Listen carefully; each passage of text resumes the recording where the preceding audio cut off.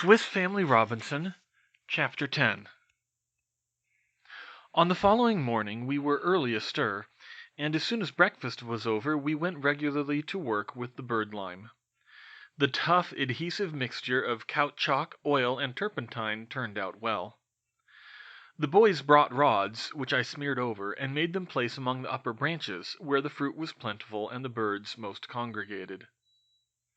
The prodigious number of the pigeons, far beyond those of last year, reminded me that we had not then, as now, witnessed their arrival at their feeding places, but had seen only the last body of the season, a mere party of stragglers, compared to the masses which now weighed down the branches of all the trees in the neighborhood. The sweet acorns of the evergreen oaks were also patronized. Large flocks were then congregated, and from the state of the ground under the trees, it was evident that at night they roosted on the branches. Seeing this, I determined to make a raid upon them by torchlight, after the manner of the colonists in Virginia. Meantime, the bird-lime acted well. The pigeons alighting, stuck fast. The more they fluttered and struggled, the more completely were they bedaubed with the tenacious mixture, and at length, with piteous cries, fell to the ground, bearing the sticks with them. The birds were then removed, fresh lime spread, and the snare set again. The boys quickly became able to carry on the work without my assistance, so, leaving it to them, I went to prepare torches, with pine wood and turpentine, for the night attack. Jack presently brought a very pretty pigeon, unlike the rest, to show me, as he felt unwilling to kill it. And seeing that it must be one of our own European breed, which we wished to preserve until their numbers greatly increased, I took the trembling captive, and gently cleansed its feet and wings with oil and ashes from the sticky mess with which it was bedaubed, placing it then in a wicker cage, and telling Jack to bring me any others like it which were caught. This he did, and we secured several pairs, greatly to my satisfaction, as having necessarily let them go free when we landed, they had become quite wild, and we derived no advantage from them, whereas now we would have a coat and a pigeon pie whenever we liked. When evening drew on, we set out for the wood of sweet acorns, provided merrily with long bamboo canes, torches, and canvas sacks. These weapons appeared very curious, and insufficient to the children, but their use was speedily apparent, for darkness having come upon us almost before we reached the wood, I lighted the torches, and perceived, as I expected, that every branch was thickly laden with ortolans and wild pigeons, who were roosting there in amazing numbers. Suddenly aroused by the glare of light, confusion prevailed among the terrified birds, who fluttered helplessly through the branches. Dazed and bewildered, and many falling, even before we began to use the sticks, were picked up and put in the bags. When we beat and struck the branches, it was as much as my wife and Franz could do to gather up the quantities of pigeons that soon lay on the ground. The sacks were speedily quite full.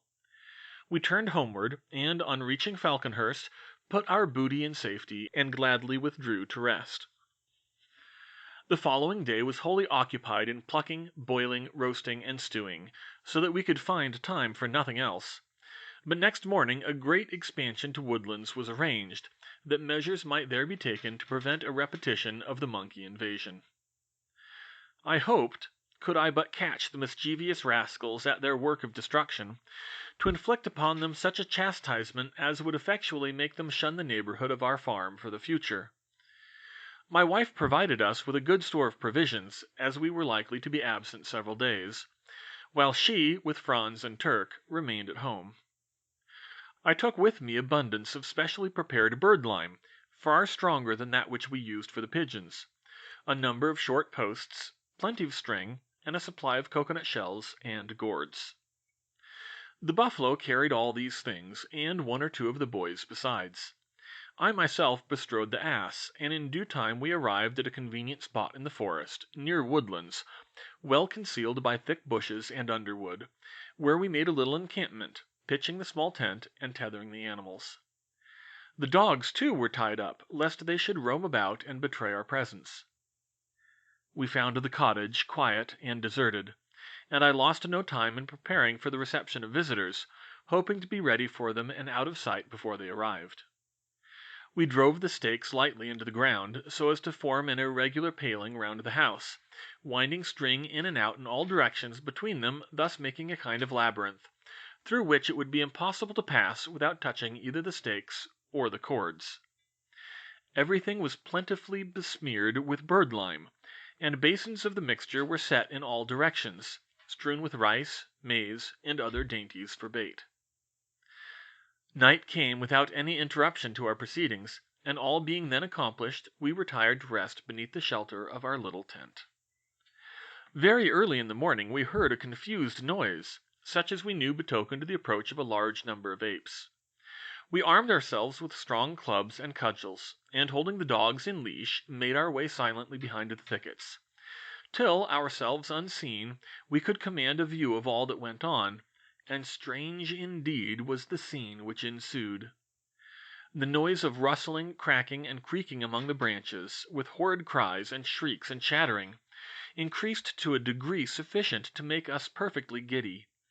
And then out from the forest poured the whole disorderly rabble of monkeys, scrambling, springing, leaping from the trees, racing and tumbling across the grassy space towards the house, when, at once attracted by the novelties they saw, they made for the jars and bowls. They seemed innumerable. The confused, rapid way in which they swarmed hither and thither made it difficult to judge accurately of their numbers. They dashed fearlessly through and over the palings in all directions, some rushing at the eatables, some scrambling on the roof, where they commenced tugging at the wooden pegs, with a view to forcing an entrance. Gradually, however, as they rambled over the place, all in turn became besmeared with our birdlime on head, paws, or back, or breast. The wretched predicament of the apes increased every instant. Some sat down, and with the most ludicrous gestures tried to clean themselves. Others were hopelessly entangled in stakes and cordage, which they trailed about after them, looking the picture of bewildered despair. Others again endeavored to help one another, and stuck fast together. The more they pulled and tugged and kicked, the worse became their plight. Many had the gourds and cocoanut shells lumbering and clattering about with them, their paws having been caught when they sought to obtain the rice or fruit we had put for bait. Most ridiculous of all was the condition of one old fellow, who had found a calabash containing palm wine, and, eagerly drinking it, was immediately fitted with a mask, for the shell stuck to his forehead and whiskers, of course covering his eyes, and he blundered about, cutting the wildest capers in his efforts to get rid of the encumbrance. Numbers took flight, but, as we had spread birdlime on several of the trees around, many apes found themselves fixed to, or hanging from the branches, where they remained in woeful durance, struggling and shrieking horribly. The panic being now general, I loosed the 3 dogs, whose impatience had been almost uncontrollable, and who now rushed to the attack of the unfortunate monkeys, as though burning with zeal to execute justice upon desperate criminals. The place soon had the appearance of a ghastly battlefield, for we were obliged to do our part with the clubs and sticks, till the din of howling, yelling, barking, in every conceivable tone of rage and pain, gave place to an awful silence, and we looked with a shudder on the shocking spectacle around us. At least 40 apes lay mangled and dead, and the boys began to be quite sad and downhearted, till I, fully sharing their feelings, hastened to turn their thoughts to active employment in removing and burying the slain, burning the stakes, cordage, bowls, and everything concerned in the execution of our deadly stratagem. After that, we betook ourselves to the task of restoring order to our dismantled cottage, and seeking for the scattered flock of sheep, goats, and poultry, we gradually collected them, hoping to settle them once more peacefully in their yards and sheds. While thus engaged, we repeatedly heard a sound as of something heavy falling from a tree. On going to look, we found 3 splendid birds, caught on some of the limed sticks we had placed loose in the branches. 2 of these proved to be a variety of the blue Malacca pigeon. The third I assumed to be the Nicobar pigeon, having met with descriptions of its resplendent green, bronze, and steely blue plumage, and I was pleased to think of domesticating them, and establishing them as first tenants of a suitable dwelling near the cave. "First tenants, father," said Fritz. "Do you expect to catch more like these?" Not exactly catch them. I mean to practice a secret art. Much can be done by magic, Fritz." Further explanation I declined to give. In a few days, Woodlands was once more set in order, and everything settled and comfortable, so that we returned without further adventure to Falconhurst, where we were joyfully welcomed. Everyone agreed that we must go at once to Tentholm to make the proposed pigeon house in the rock. Several other things there also requiring our attention, we made arrangements for a prolonged stay. My plan for the pigeon house was to hollow out an ample space in the cliff, facing towards Jackal River, and close to our rocky home, fitting that up with partitions, perches, and nesting places, while a large wooden front was fitted on to the opening, with entrance holes, slides or shutters, and a broad platform in front where the pigeons could rest and walk about. When, after the work of a few weeks, we thought it was fit for habitation, I set the other children to work at some distance from our cavern, and summoning Fritz, "Now, my faithful assistant," said I, "it is time to conjure the new colonists to their settlement here.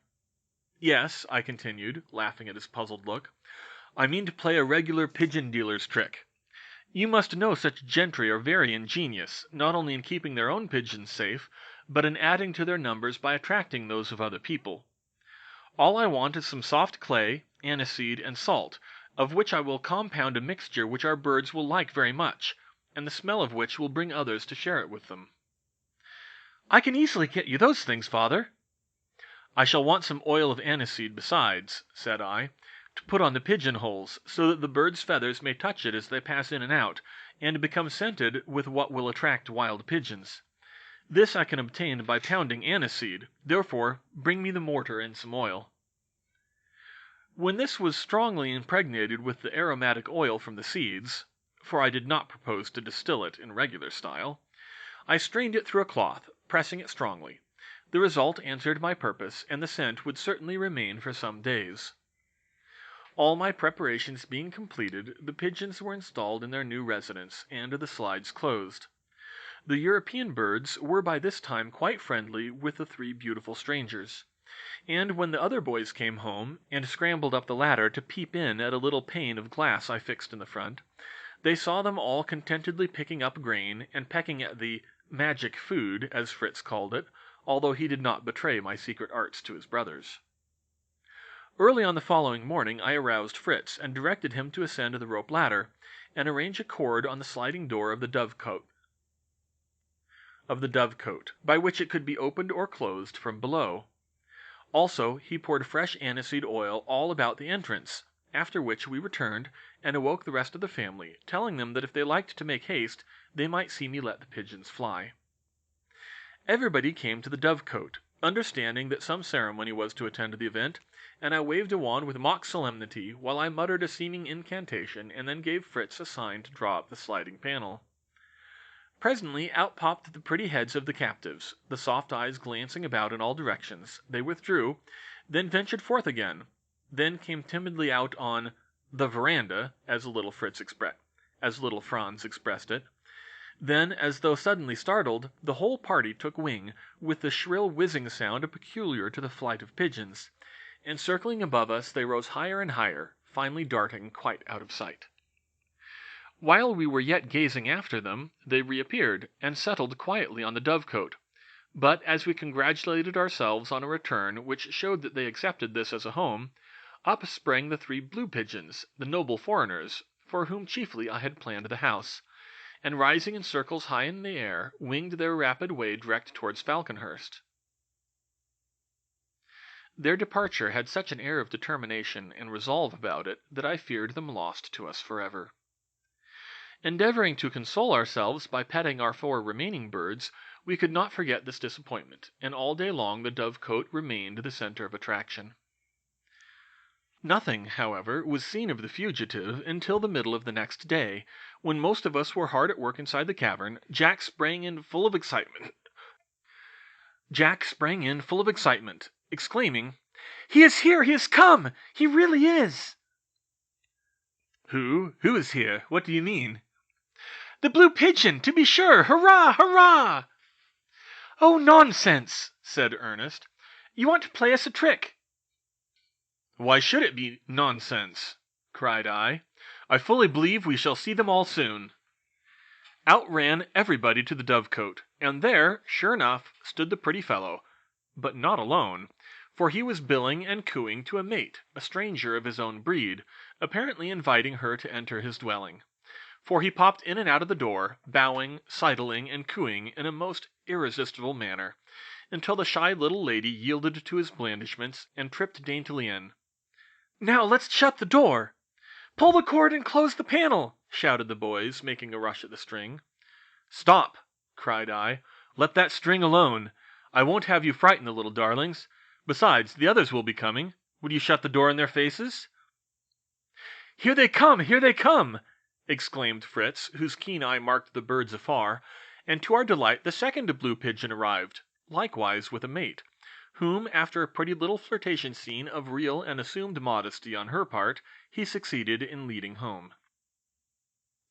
The third and handsomest of the new pigeons was the last in making his appearance.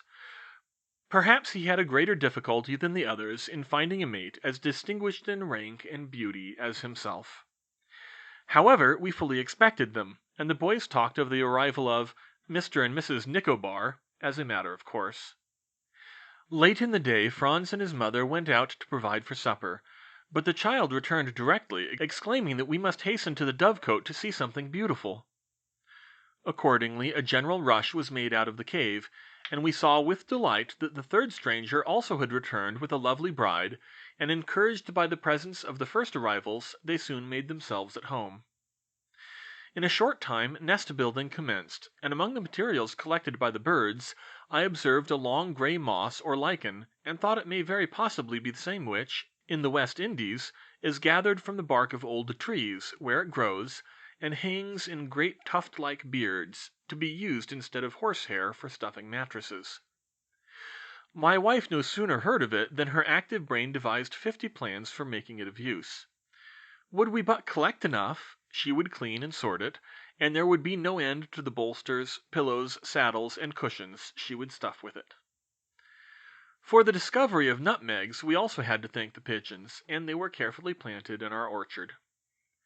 For some time no event of particular note occurred, until at length Jack, as usual, got into a scrape, causing thereby no little excitement at home. He went off early on one of his own particular private expeditions. He was in the habit of doing this that he might surprise us with some new acquisition on his return. This time, however, he came back in most wretched plight, covered with mud and green slime. A great bundle of Spanish canes was on his back, muddy and green like himself. He had lost a shoe, and altogether presented a ludicrous picture of misery, at which we could have laughed had he not seemed more ready to cry. "My dear boy, what has happened to you? Where have you been?" "Only in the swamp behind the powder magazine, father," replied he. "I went to get reeds for my wicker work, because I wanted to weave some baskets and hen coops, and I saw such beauties a little way off in the marsh, much finer than those close by the edge, that I tried to get at them. I jumped from one firm spot to another, till at last I slipped and sank over my ankles. I tried to get on towards the reeds, which were close by, but in I went deeper and deeper, till I was above the knees in thick soft mud, and there I stuck. I screamed and shouted, but nobody came, and I can tell you I was in a regular fright. At last who should appear but my faithful Fangs. He knew my voice and came close up to me, right over the swamp. But all the poor beast could do was help me make a row. I wonder you did not hear us. The very rocks rang, but nothing came of it, so despair drove me to think of an expedient. I cut down all the reeds I could reach round and round me, and bound them together into this bundle, which made a firm place on which to lean, while I worked and kicked about to free my feet and legs, and after much struggling I managed to get astride on the reeds. There I sat, supported above the mud and slime, while Fangs ran yelping backward and forward between me and the bank, seeming surprised I did not follow. Suddenly I thought of catching hold of his tail. He dragged and pulled, and I sprawled and crawled and waded, sometimes on my reeds like a raft, sometimes lugging them along with me, till we luckily got back to terra firma. But I had a near squeak of it, I can tell you." "A fortunate escape indeed, my boy," cried I, "and I thank God for it. Fangs has really acted a heroic part as your deliverer, and you have shown great presence of mind. Now go with your mother, and get rid of the slimy traces of your disaster. You have brought me splendid canes, exactly what I wanted for a new scheme of mine." The fact was, I meant to try to construct a loom for my wife, for I knew she understood weaving, so I chose 2 fine strong reeds, and, splitting them carefully, bound them together again, that when dry they might be quite straight and equal, and fit for a frame. Smaller reeds were cut into pieces and sharpened for the teeth of the comb. The boys did this for me without in the least knowing their use, and great fun they made of "father's monster toothpicks." In time all the various parts of the loom were made ready and put together, my wife knowing nothing of it, while to the incessant questions of the children I replied mysteriously, "Oh, it is an outlandish sort of musical instrument. Mother will know how to play upon it." And when the time came for presenting it, her joy was only equalled by the amusement and interest with which the children watched her movements while "playing the loom," as they always said. About this time a beautiful little foal, a son of the onager, was added to our stud, and as he promised to grow up strong and tractable, we soon saw how useful he would be. The name of Swift was given to him, and he was to be trained for my own riding. The interior arrangements of the cavern being now well forward, I applied myself to contriving an aqueduct, that fresh water might be led close up to our cave, for it was a long way to go to fetch it from Jackal River, and especially inconvenient on washing days. As I wanted to do this before the rainy season began, I set about it at once. Pipes of hollow bamboo answered the purpose well, and a large cask formed the reservoir. The supply was good, and the comfort of having it close at hand so great, that the mother declared she was as well pleased with our engineering as if we had made her a fountain and marble basin adorned with mermaids and dolphins. Anticipating the setting in of the rains, I pressed forward all work connected with stores for the winter, and great was the ingathering of roots, fruits, and grains, potatoes, rice, guavas, sweet acorns, pine cones. Load after load arrived at the cavern, and the mother's active needle was in constant requisition, as the demand for more sacks and bags was incessant. Casks and barrels of all sorts and sizes were pressed into the surface, until at last the raft was knocked to pieces, and its tubs made to do duty in the storerooms. The weather became very unsettled and stormy. Heavy clouds gathered in the horizon, and passing storms of wind, with thunder, lightning, and torrents of rain, swept over the face of nature from time to time. The sea was in frequent commotion. Heavy ground swells drove masses of water hissing and foaming against the cliffs. Everything heralded the approaching rains. All nature joined in sounding forth the solemn overture to the grandest work of the year.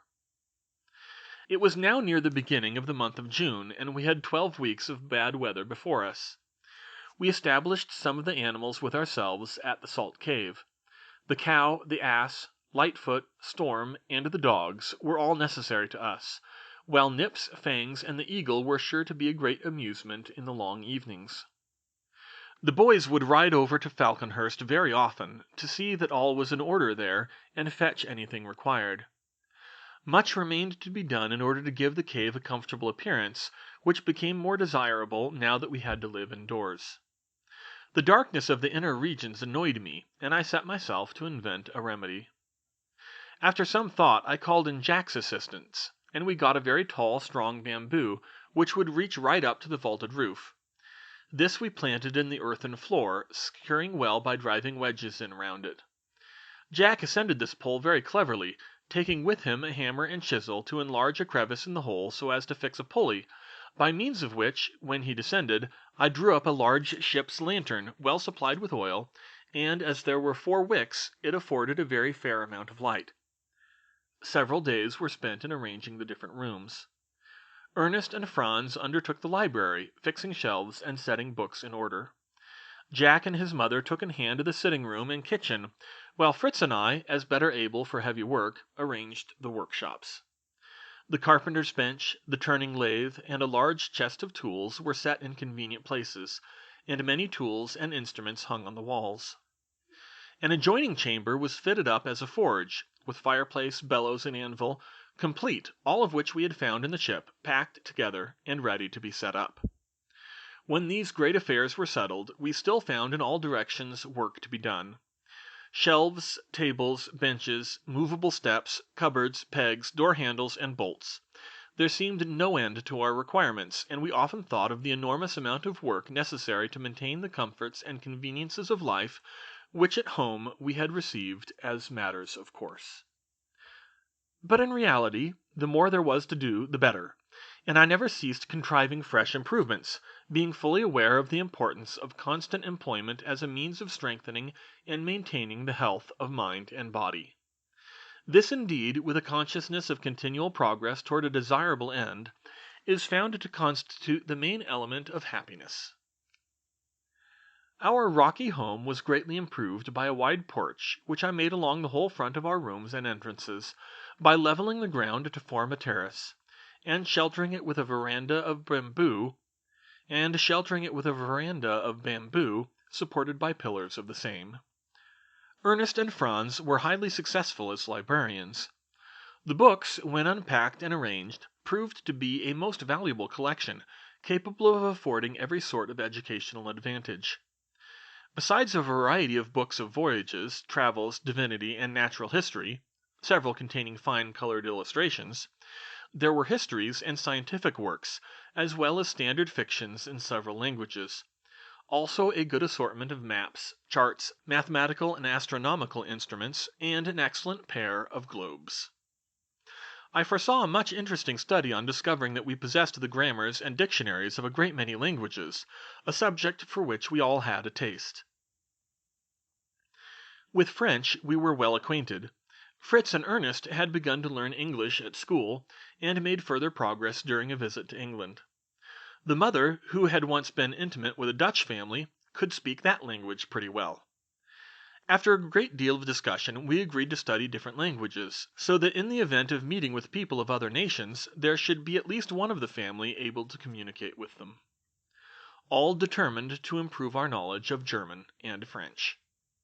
The two elder boys were to study English and Dutch with their mother. Ernest, already possessing considerable knowledge of Latin, wished to continue to study it, so as to be able to make use of the many works on natural history and medicine written in that language. Jack announced that he meant to learn Spanish, because it sounded so grand and imposing. I myself was interested in the Malay language, knowing it to be so widely spoken in the islands of the eastern seas, and thinking it as likely as any other to be useful to us. Our family circle by and by represented Babel in miniature, for scraps and fragments of all these tongues kept buzzing about our ears from morning to night, each sporting his newly acquired word or sentence on every possible occasion, propounding idioms and peculiar expressions like riddles, to puzzle the rest. In this way the labor of learning was very considerably lightened, and every one came to know a few words of each language. Occasionally we amused ourselves by opening chests and packages hitherto untouched, and brought unexpected treasures to light. Mirrors, wardrobes, a pair of console tables with polished marble tops, elegant writing tables and handsome chairs, clocks of various descriptions, a musical box, and a chronometer were found, and by degrees our abode was fitted up like a palace, so that sometimes we wondered at ourselves, and felt as though we were strutting about in borrowed plumes. The children begged me to decide on a name for our salt cave dwelling, and that of Rockburg was chosen unanimously. The weeks of imprisonment passed so rapidly that no one found time hang heavy on his hands.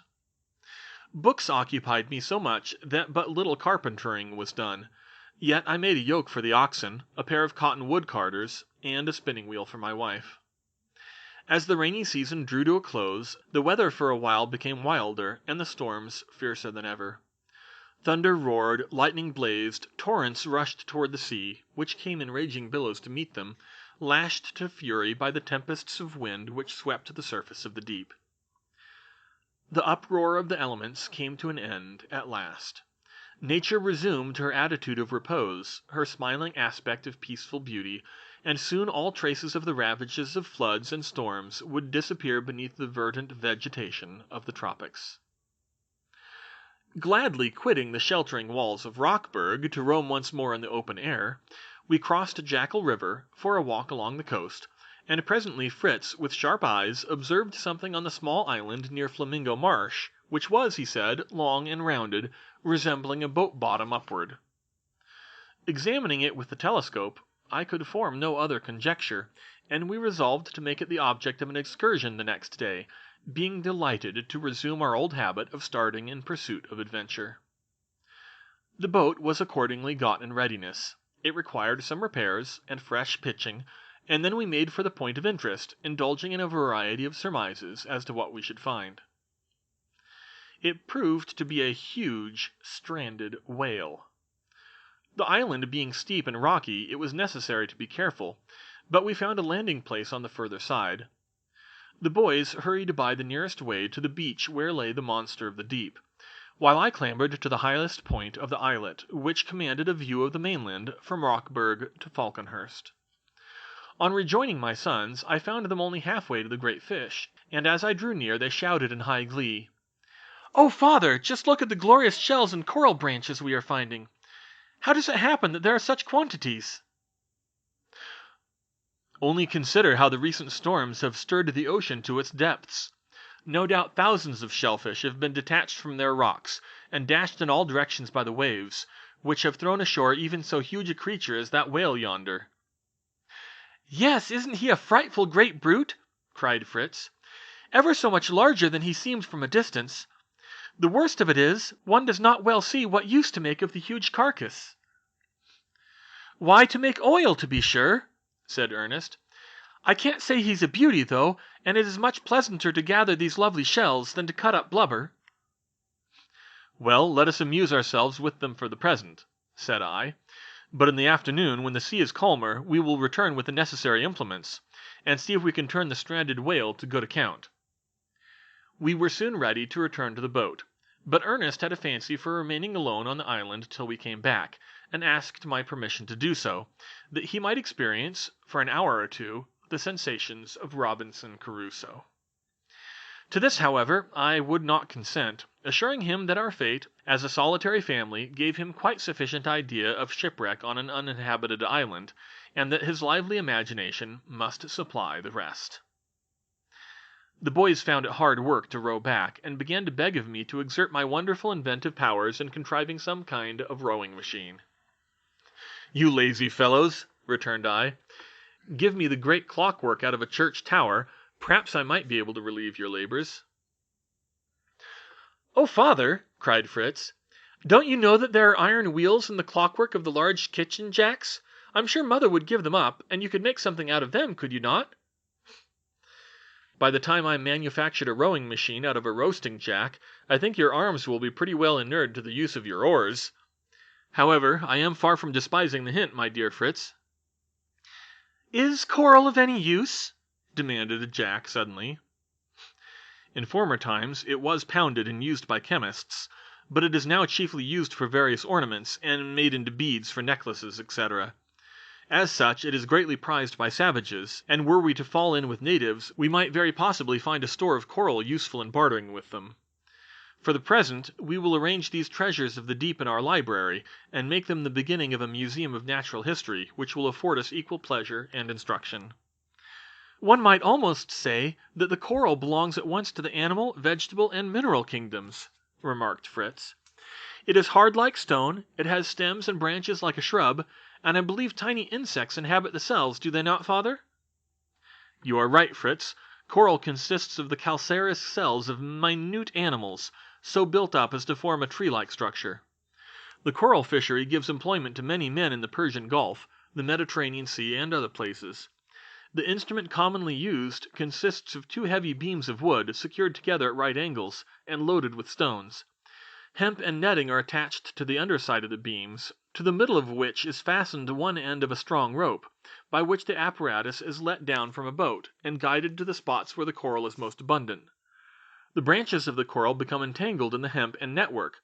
They are broken off from the rock, and are drawn to the surface of the water. Left undisturbed, these coral insects, laboring incessantly, raise foundations, on which, in course of time, fertile islands appear, clothed with verdure, and inhabited by man."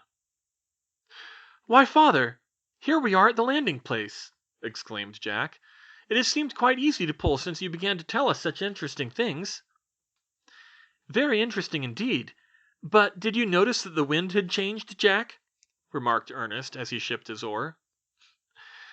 The animated recital of our adventures, the sight of the lovely shells and corals, and the proposed work for the afternoon, inspired the mother and Franz with a great wish to accompany us. To this I gladly consented, only stipulating that we should go provided with food, water, and a compass. "For," said I, "the sea has only just ceased from its raging, and being at the best of times of uncertain and capricious nature, we may chance to be detained on the island, or forced to land at a considerable distance from home." Dinner was quickly dispatched, and preparations set on foot. The more oil we could obtain, the better, for a great deal was used in the large lantern which burnt day and night in the recesses of the cave. Therefore all available casks and barrels were pressed into the service. Many, of course, once full of pickled herrings, potted pigeons, and the other winter stores, were now empty, and we took a goodly fleet of these in tow.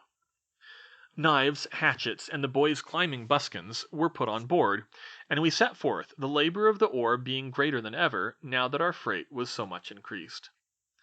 The sea being calm, and the tide suiting better, we found it easy to land close to the whale. My first care was to place the boat, as well as the casks, in perfect security, after which we proceeded to a close inspection of our prize. Its enormous size quite startled my wife and her little boy, the length being from 60 to 65 feet, and the girth between 30 and 40, while the weight could not have been less than 50,000 pounds. The color was a uniform velvety black, and the enormous head about 1/3 of the length of the entire bulk, the eyes quite small, not much larger than those of an ox, and the ears almost undiscernible. The jaw opened very far back, and was nearly 16 feet in length, the most curious part of its structure being the remarkable substance known as whalebone, masses of which appeared all along the jaws, solid at the base, and splitting into a sort of fringe at the extremity. This arrangement is for the purpose of aiding the whale in procuring its food, and separating it from the water. The tongue was remarkably large, soft, and full of oil, the opening of the throat wonderfully small, scarcely 2 inches in diameter. "Why, what can the monster eat?" exclaimed Fritz. "He can never swallow a proper mouthful down his little gullet."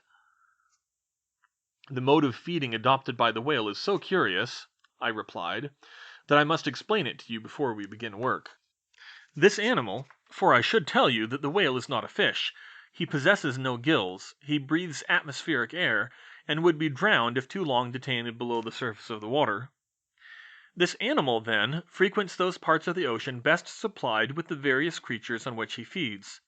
Shrimps, small fish, lobsters, various mollusks, and medusa form his diet. Driving with open mouth through the congregated shoals of these little creatures, the whale engulfs them by millions in his enormous jaws, and continues his destructive course until he has sufficiently charged his mouth with prey. Closing his jaws and forcing out, through the interstices of the whalebone, the water which he has taken together with his prey, he retains the captured animals, and swallows them at his leisure. The nostrils or blowholes are placed, you see, on the upper part of the head, in order that the whale may rise to breathe, and repose on the surface of the sea, showing very little of his huge carcass. The breathings are called spoutings, because a column of mixed vapor and water is thrown from the blowholes, sometimes to a height of 20 feet. And now, boys, fasten on your buskins, and let me see if you can face the work of climbing this slippery mountain of flesh, and cutting it up." Fritz and Jack stripped, and went to work directly, scrambling over the back to the head, where they assisted me to cut away the lips, so as to reach the whalebone, a large quantity of which was detached and carried to the boat. Ernest labored manfully at the creature's side,